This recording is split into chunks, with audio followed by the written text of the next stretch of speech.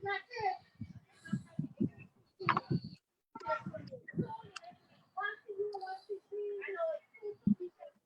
there in the house there. No, it's conference center. Oh. Outside.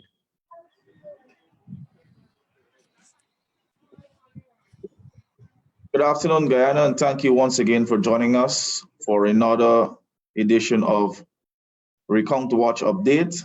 This afternoon, I have with me Mr. Anil Nandlall, who former Attorney General and PVP executive, and also attorney at law. My name is Hugh. Todd. Thank you very much for joining us this afternoon, Mr. Nandlall. And how are you today?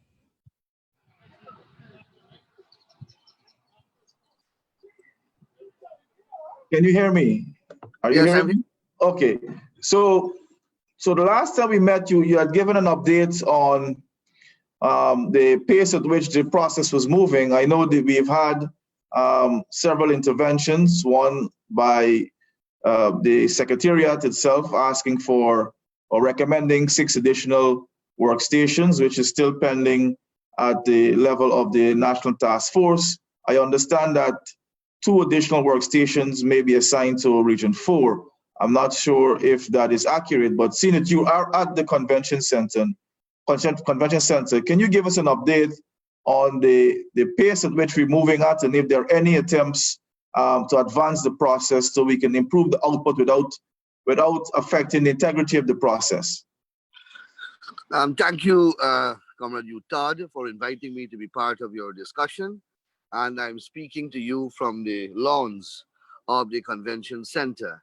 The pace continues to be slow.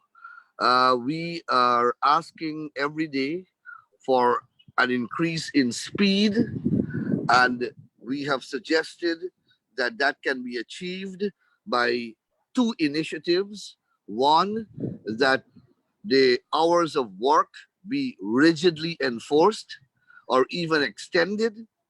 And secondly, that there must be an establishment of additional stations. In terms of the hours of work, we still have a problem persisting where the containers are closing off at 5:30, and we find that absolutely unacceptable, because from 5:30 to 7 p.m., which is the scheduled time of closure of work, we believe that an additional 10 boxes or even more can be completed. When they close off at 5:30, sometimes, that's it, that's the end of work. They don't take a box out at 5:30. They simply close the container at 5:30, and that brings a cessation of work at that 5:30 hour, and we find that unacceptable. If there is going to be any variation from the time, it should be a variation in favor of an extension, not a variation in favor of a reduction of time. So that's one. 2, we have been asking for additional workstations from the inception. We were told that the GCOM had requested the intervention of the task force to establish some 6 to 8 additional stations. No satisfactory response has been received from the COVID task force, and we gave the reason why. We projected and predicted that we will not get any positive intervention from the task force, because we outlined that the task force is heavily contaminated with politicians of APNU+AFC who do not wish to see a speedy conclusion of this matter, because a speedy conclusion of this matter will see them out of government quicker. And we told that very clearly to the chairperson, that they have an interest to delay the proceedings and not to rely on the task force. I also would have explained that GCOM under the law is independent and has no basis to rely upon the task force for any guidance. GCOM has the constitutional power and authority to craft its own COVID protocols. Unfortunately, we have been unable to persuade GCOM to move in our direction, but I am pleased to report that additional stations are going to be established with or without the task force. That's what we are told, but it's only limited to two, only two additional stations, and that is very disappointing. We were expecting a much larger number than two, but two will still bring greater speed. It's better than nothing.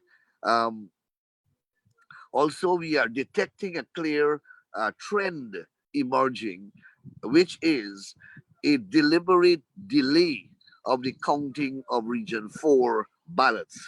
Yesterday, for example, um, only 4 ballot boxes were counted from Region 4, and that Oh, has been the average output since the exercise commenced.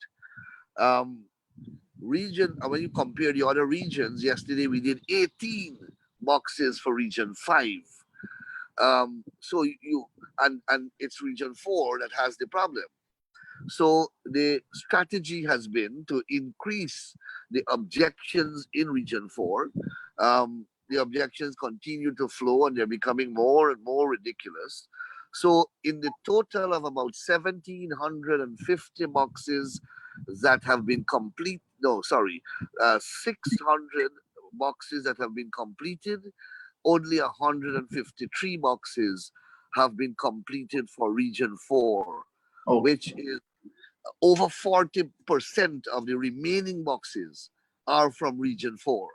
Over 40% of the remaining boxes are from Region 4. Region 2 has just been concluded, and we have started Region 6. And you will see the speed at which Region 6 will proceed. But Region 4 does not enjoy that speed.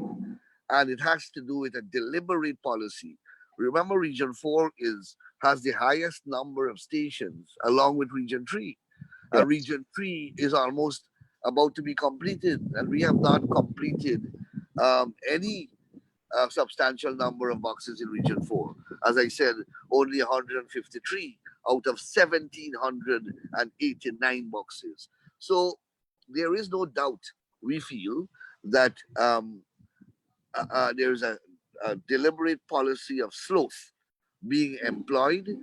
The narrative has suffered a slight change. They are not now objecting on the ground of people migrating. They are objecting now on the ground that persons who voted were not in the area, not in that locality on elections day. So they could not have voted at that particular polling station. Only them and God know how they know that, because they're not producing any evidence. At least in when they say migration, they were forced to produce or the call was for them to produce immigration records, Yeah. which they cannot or did not produce. Now they have made it even more impossible, because they are saying, for example, um, the voter at Anil Secondary School was at Wikanam on election day. How the hell they know that? I don't know. You understand? What, yeah, I understand. While we await the task force for their intervention so that we can expand and get more workstations. There was a meeting with David Granger along with some of his executives with GCOM Secretariat. Well, I think it was the chairman, the chief elections officer was there. I think the PRO was there as well. Are you aware of what was the nature of that meeting and why the other parties were not invited along to share in the discussion, seeing that this is a national effort and anything that that should be done now should be done in a matter of transparency. There should be no secret with any discussions now. Well, the first observation to make about that visit is firstly the number of persons who accompanied David Granger as part of that delegation. Now, I must emphasize that Mr. Granger can only visit here in his capacity as a presidential candidate and the leader of a political party. He can't visit here in any other capacity. So you have presidential candidates of political parties here every day. And we have never seen the kind of treatment accorded to Mr. Granger and his delegation, accorded to the other political parties and their delegation when they visit here. Some of them are here permanently. Vishnu Bandu, Lennox Schumann, and are here almost every day. And while they may represent small parties, in the eyes of the law, they are guaranteed equality of treatment. And therefore, when you see Mr. Granger here, the entire GCOM entourage was following in a very ceremonial and almost in a pageantry manner. And that is totally discriminatory, because no other party enjoy that kind of privilege. I would call it privilege that Granger and his team enjoyed. That's the first thing. All this requirement and restriction about security, about testing, COVID testing of temperature and social distancing, they were all those rules collapsed. They were all collapsed for the purpose of that visit, because everybody was moving closely and there was a big delegation. And then nobody knew, first of all, that Mr. Granger decided to meet with the senior staff of the GCOM Secretariat. Nobody knew that there was such a meeting, not even the commissioners. Only the chairperson was seen in that meeting. I was in the building at the time. All the commissioners were out. And Mr. Granger is the only person, only presidential candidate that has been offered that facility of meeting senior staff of the Secretariat in the absence of the commission, or meeting senior staff of the Secretariat, period. Other political parties would have met with GCOM, not the Secretariat staff. So that's another issue. And we were not told what the nature of the discussions were. Mr. Granger, in an engagement with the press subsequent to the meeting, said that he discussed certain issues. We don't know what those issues are. The commissioners don't know what those issues are. The other political parties don't know what those issues are. And then we have had, this person who was implicated in allegations of malpractice at Ashman's building. There was a guy there who was accused of having in his possession a flash drive suspected to be used in the fraud committed by Mingo. That person was suddenly promoted and now heads a workstation for Region 4. And today was his first day as supervisor of a workstation, and it was his slowest workstation. He entertained the most objections, and he has always been the subject of irregularities and malpractices since from Ashwin's building. His name is some Enrico Livan or Livan. I just spoke with Bishop Edgil, who represented us in the station in which he is the supervisor. And from 8:30 this morning to 1:30, 3 o'clock, about 3:30, 3 to 3:30, from 8:30 to 3:30, they finished 2 boxes. The slowest rate of work recorded so far since this recount exercise has commenced. And we believe that his placement, first of all, his promotion and his placement in Region 4 is highly suspect, and we will raise an objection to that in due course. Okay, thank you very much for that. Moving on, the shifting narrative of the APNU+AFC in an attempt to create a lot of doubt and to produce what they quote unquote on evidence that they believe that can show that the elections was riddled with inconsistencies and irregularities. Mr. Granger did say that the election day was well managed, and now that they're going through the process, they're going to uncover exactly how the elections was actually done. So he's actually opening up the discussion to the Guyanese people that indeed there may have been a lot of issues with the elections, but he's living up to GCOM chair. Now that we have only CARICOM as one of our main international observers here, with IRI and Carter Center not being given permission to come because of, according to David Granger, the COVID protocols, do you think that the population, the electorate, should worry much about the elections process, given the fact that Carter Center has always been one of the primary observers here for good reason. And if left alone to CARICOM, would this administration try to railroad, if I should use that word, CARICOM into believing that the elections had too much irregularities to be deemed one which was credible? Now, Mr. Granger finds himself between a rock and a hard place, so to speak. And so do his several ministers. Except that, I suppose, because he holds the position of president, he is forced to carry himself with a little more dignity than the others. So, you see, when the elections were held, and they felt that they would have won.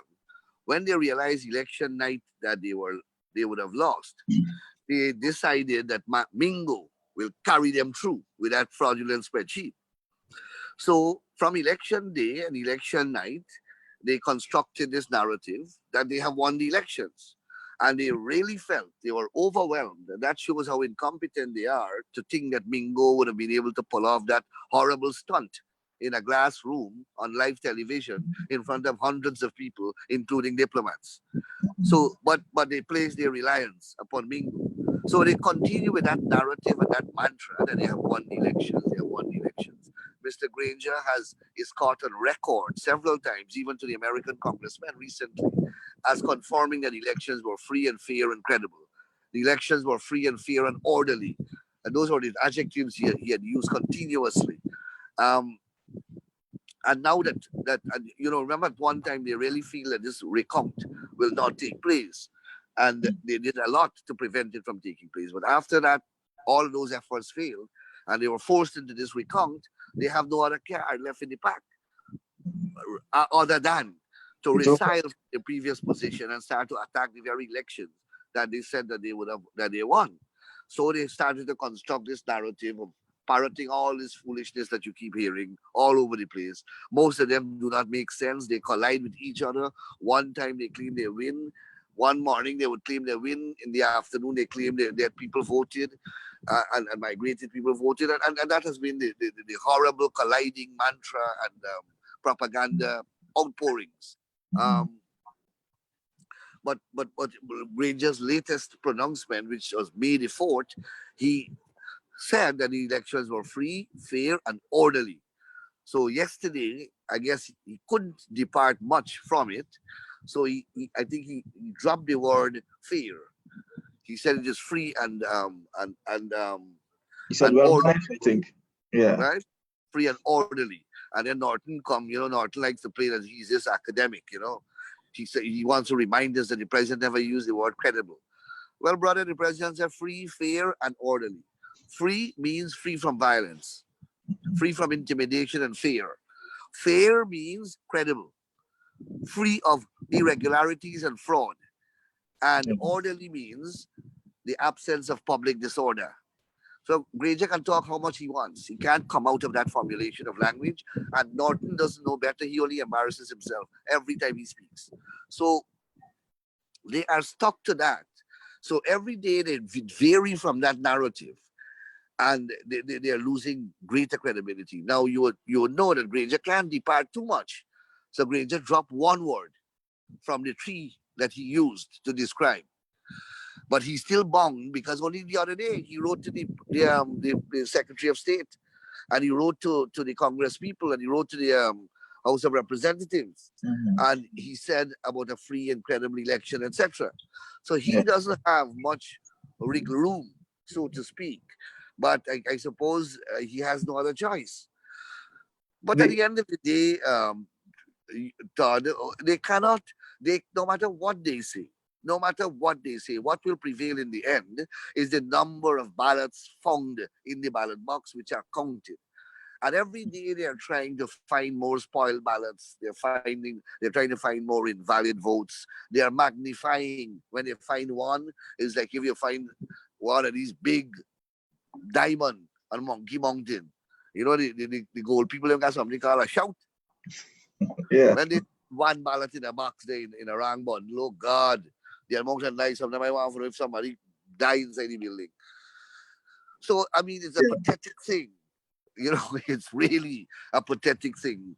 But that is what the ordeal is. Night, day after day, hour after hour.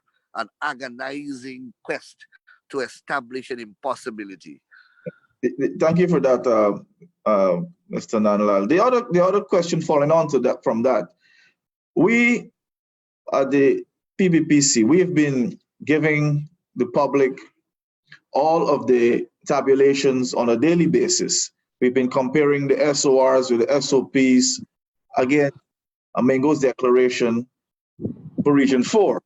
And we've seen a consistent pattern where a lot of the boxes, when you look at the tabulation numbers, have been inflated to give the APNU+AFC the majority, and in some cases, our votes from the PBPC have been reduced. Now, it's a consistent pattern to the extent that a report from Bruce Golding, former Prime Minister of Jamaica, who led the OAS delegation here, in his report also mentioned exactly what we talk about here in Guyana.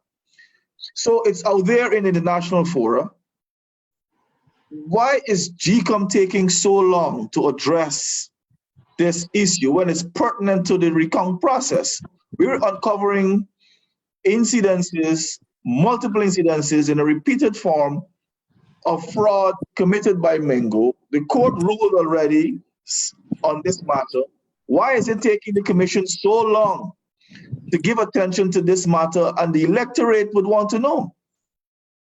Well, GCOM, there is no doubt, and the population and everyone who have spoken on this matter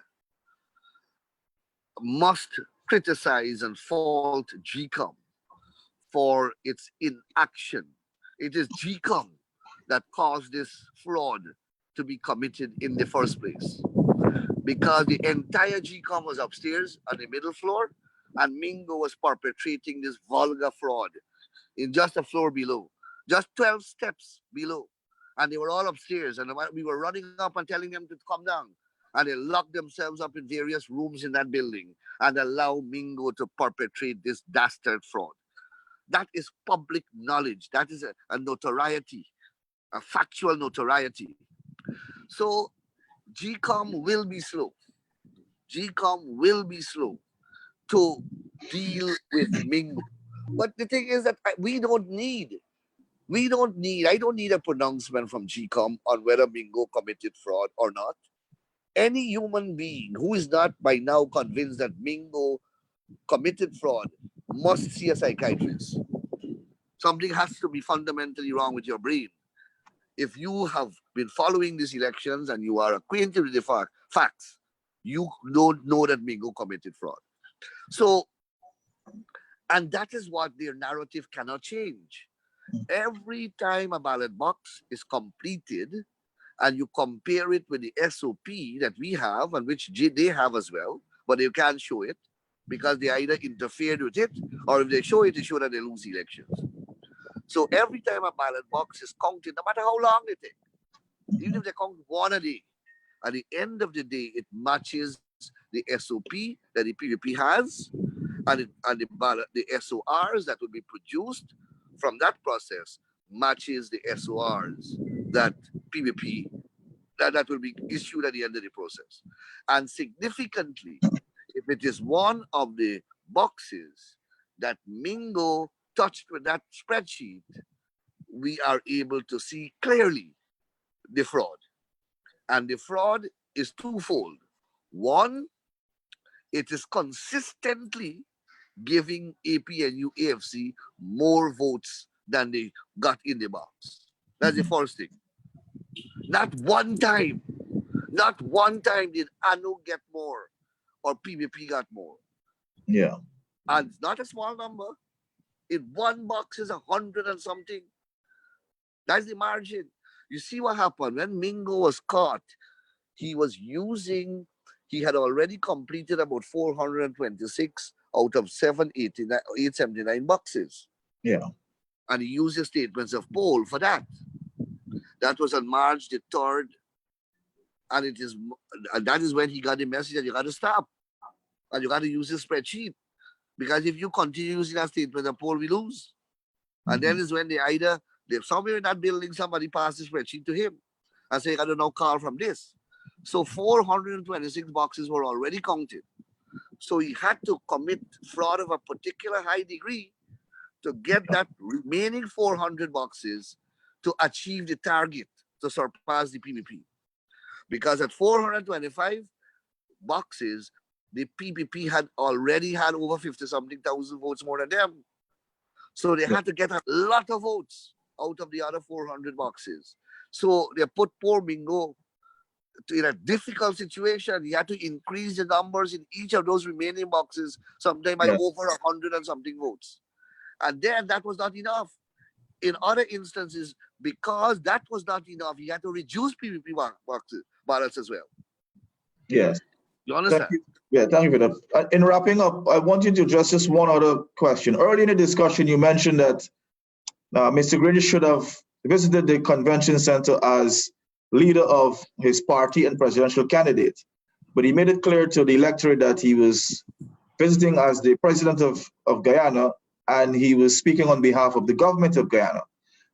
As we're all aware, there are statements coming out of the APNU+AFC that speak to a lot of the irregularities that they think are contaminating the process to the extent that this election does not look as if it was credible as they first thought it was.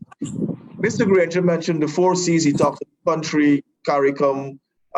He talked about, I think it was commission, and one other C, I think it was. But he did not mention concede. But he did say he was going to accept any result coming out of the chairman of GCOM.